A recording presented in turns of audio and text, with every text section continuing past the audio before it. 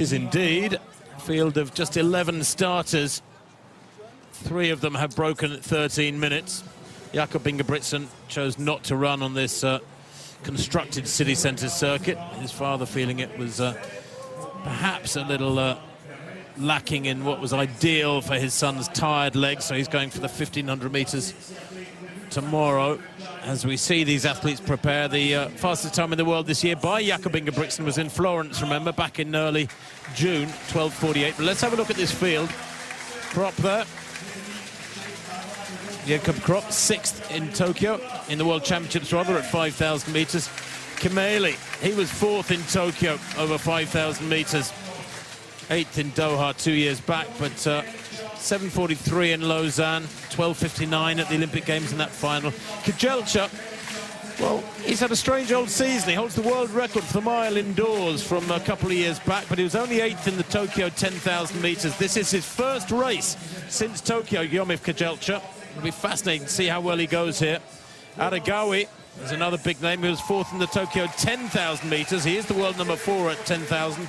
And he was 2nd in Lausanne a couple of weeks back in a very quick 7:33 for 3,000 metres. So this is a very high caliber field.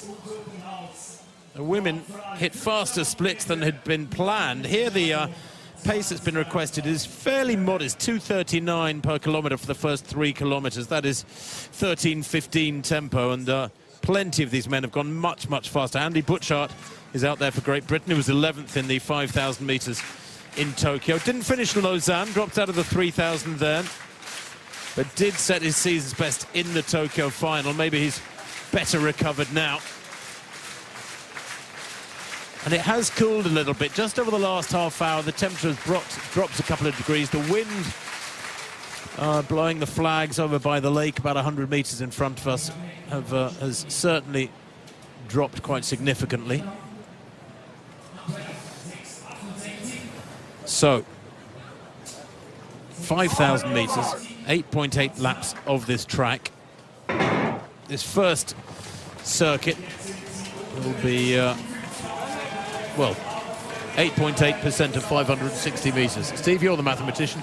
I am, but that would be Too about... slow. How many percent did you say? We'll call it about 460, 480, something like Okay. that. 88% of 560. Yeah, it threw me. The women were kind of lapping at about 140-ish, the full lap, not this first lap. The men will obviously be a fair bit quicker, so they're expecting them to lap about 10 seconds quicker, around about 130 a lap, once to get this first lap out of the way. So, I mean, so many different things for them to contend with. Even the lap marker, you know, when they come down, it'll say 8 to go. And you just almost have to ignore that, try and judge your effort well. Bethwell Bergen is the early pacemaker. He'll be passing over that burden to Matt Ramsden of Australia, who is a great athlete in his own right, but didn't run in Tokyo. There's Ramsden, a tall figure, in 2nd place. Andy Butchart back in about 8th or 9th at the moment. Kejelcha is also very tall. He's tucked in there. I just get the feeling, Steve, this is a slightly healthier tempo than perhaps the women's early running.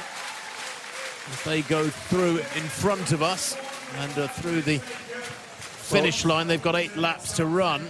And the clock was on about 120, something like that, as they went through. They were expecting to go them through at that point in 118, so perhaps a little slower than what they'd said. So 63-64 pace, they're in that sort of margin, maybe a tad slower, maybe 64-65. A little bit. It was a little slow early on, Tim. Ramsden's due to take it over. You can see the others almost bunching behind the 2 pacemakers, and Bergen's looking and say, well, okay, then why don't you get a bit closer? And they know that Ramsden's just stepped off. And that's probably why they were waiting, thinking, you're meant to go next, you're meant to pick it up. 2:38 for that kilometre, so a bit quicker than they'd started earlier. Well, except, Steve, the first kilometre was down as 2:35. I think and it's then in the at wrong 2:38. place. And Yeah. where, Steve, do you really think it was that Yes, wrong, do you? yes. Okay. So, whatever, it's 5:13 at 2K is the time we're being given. Bergen from Krop. Bergen was the initial pacemaker, and Ramsden was going to be 2nd. But Bergen has done a good job. Bethwell Bergen, who is such a great runner in his own right, he is a 13:50 performer, 13:04 at his best, 13:50 this year. I think the pace is quite tasty because Butchart has dropped back pretty early on after about 4 laps. Kejelcha, they're loping along the tallest of this group by about 6 inches, actually. Krop from Kimeli. Kejelcha in 4th place, identically clad. These 4 of these 5. Kibet on the inside. Wasn't in Tokyo, didn't make the Tokyo team. Ran 8:18 in the Prefontaine 2 miles a couple of weeks back. Only came 5th in the Kenyan Olympic trials. But they're loping along here round the back of the Opera House, and then the next sharp left will take them into the home straight, and they'll come through and see 5 laps to run. Yeah, the time that we're expecting them to hit, if they were running kind of 13:15 pace, which is, they set off at about, you know, just inside 13:20 pace, around 7:16 when they go through the finish line with 5 to go, Tim. Now, they look as though they're heading to something like that. This little bend here is about 100 to go. Little look at the watch from Kimeli. So, no, it's not that fast. Well, somewhere between 13:10, 13:20 pace at the moment. It will speed up, undoubtedly. Aregawi on the outside is in the orange, just tucked in behind Kejelcha. In fact, he's at the back of this group of 6 at the moment. And he is both strong and very quick. 13:08, his lifetime best was earlier on this season. That was actually earlier in the last year, excuse me, 13:08 from Aregawi. But Kibet, I think, might have just stepped it up a little bit down the backside of the course from where we are. They've got the lake to their right.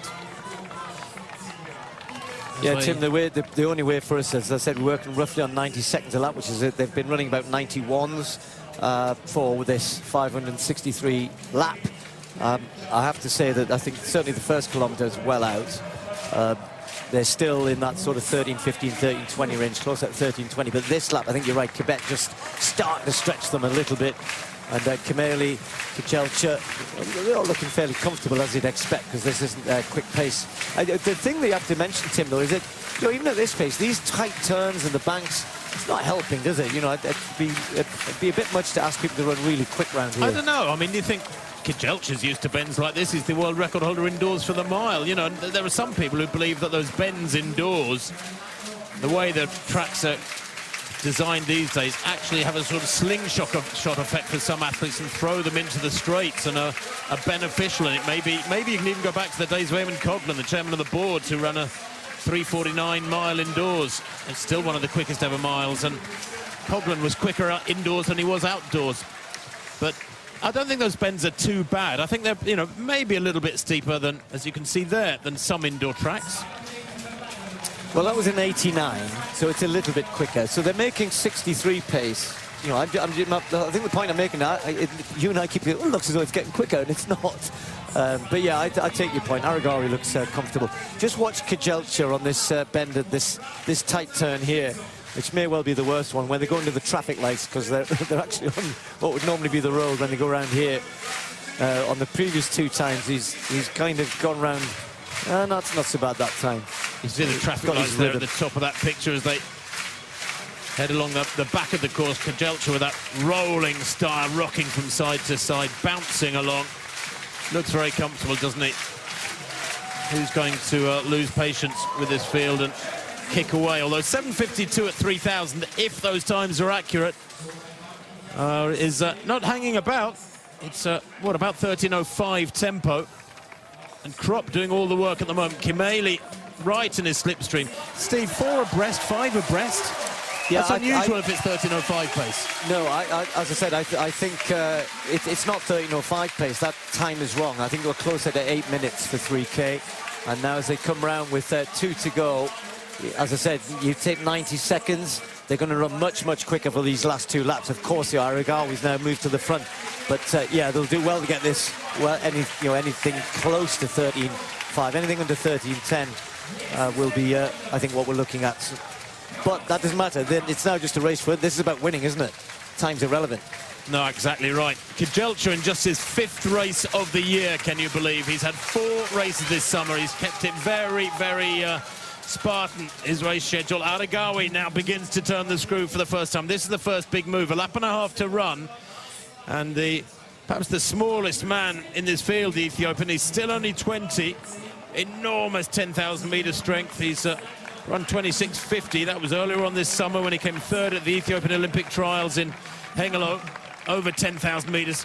He has got that strength and maybe is wary here of the speed of the finishing speed of Kejelcha, or indeed others here who he knows can turn it on.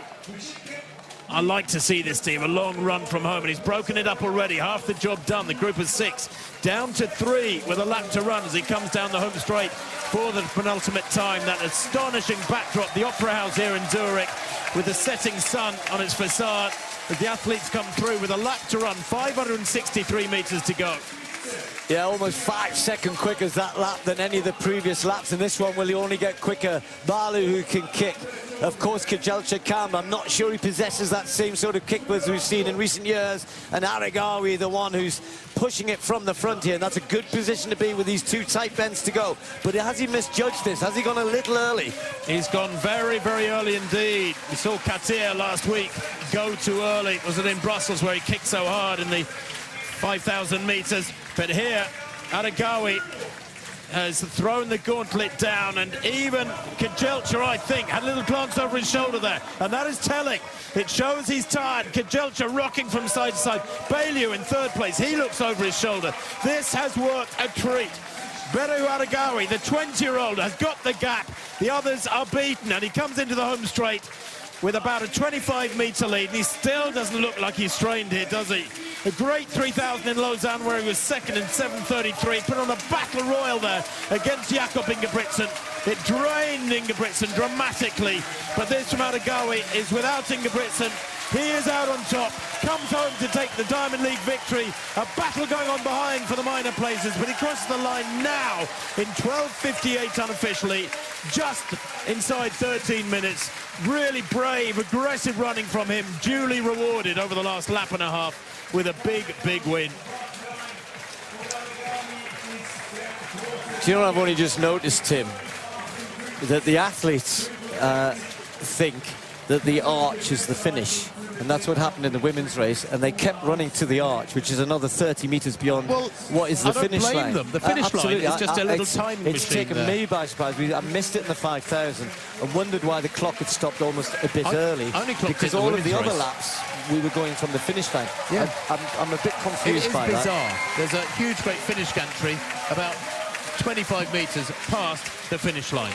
It is utterly bizarre. Now, Stockholm track fools a lot of people because the finish line is about 5 or 7 yards past where you think the finish line would be. But here, finish line is way before the finish, what looks like a finish gantry. It's unfair to call it a finish gantry, but it's a very nice constructed gantry. There it is. That is not the finish. That's just there because it is. That is, and all the athletes ran to that. Well, they did in the women's race, and they did in the that is weird. Anyway, which is why it looked like the kilometre splits were, because everyone was, you and I, we're taking it from this gantry almost. But you know, that's a very, very strong finish. A 2:20, 2:26, something like that. His last kilometre. Wow. Yeah. Really quick running. And he just sat at the back for the middle of the race and enjoyed the ride. And if the splits, and we will try to confirm that for you, if not tonight, then tomorrow for the main day in the Letzigrund Stadium, where there are 25 sets of medals to be decided. Medals, Diamond League titles, I should say, to be decided. We will confirm it for you then. But Steve, unofficially, a personal best 12:58.65 for Aregawi, and the Ethiopians have got another little gem in him, haven't they? 20 years old, and there's a lot left in the tank. Yeah, you know, when you're running kind of 63 pace all the way, and then the last K you can drop it down to, you know, 58, 59 pace for your last K. That's a good tool to have. Incidentally, this is him sprinting through the finish line. There's the finish line. And he keeps going. And he goes, I mean, you don't blame him, do you? There's nothing there to indicate it's the finish. No, he just keeps going, just keeps running, keeps running, keeps running. I think they all did. They did. They carry on racing. Krop is chasing down Balew. Think, I've got you here. Yeah, I've got another, got another 10, 20 15 meters to get you. Yeah. Incidentally, for those Norwegians who are holding the flag out there saying, where's Jakob? And he will be running the 1500-metre final tomorrow night, having not decided to run here. But yeah, they had a Norwegian flag and have hastily gone and gone, where's Jakob? Because they were expecting to see him here tonight. Sadly, he'll be in the, well, sadly for the 1500.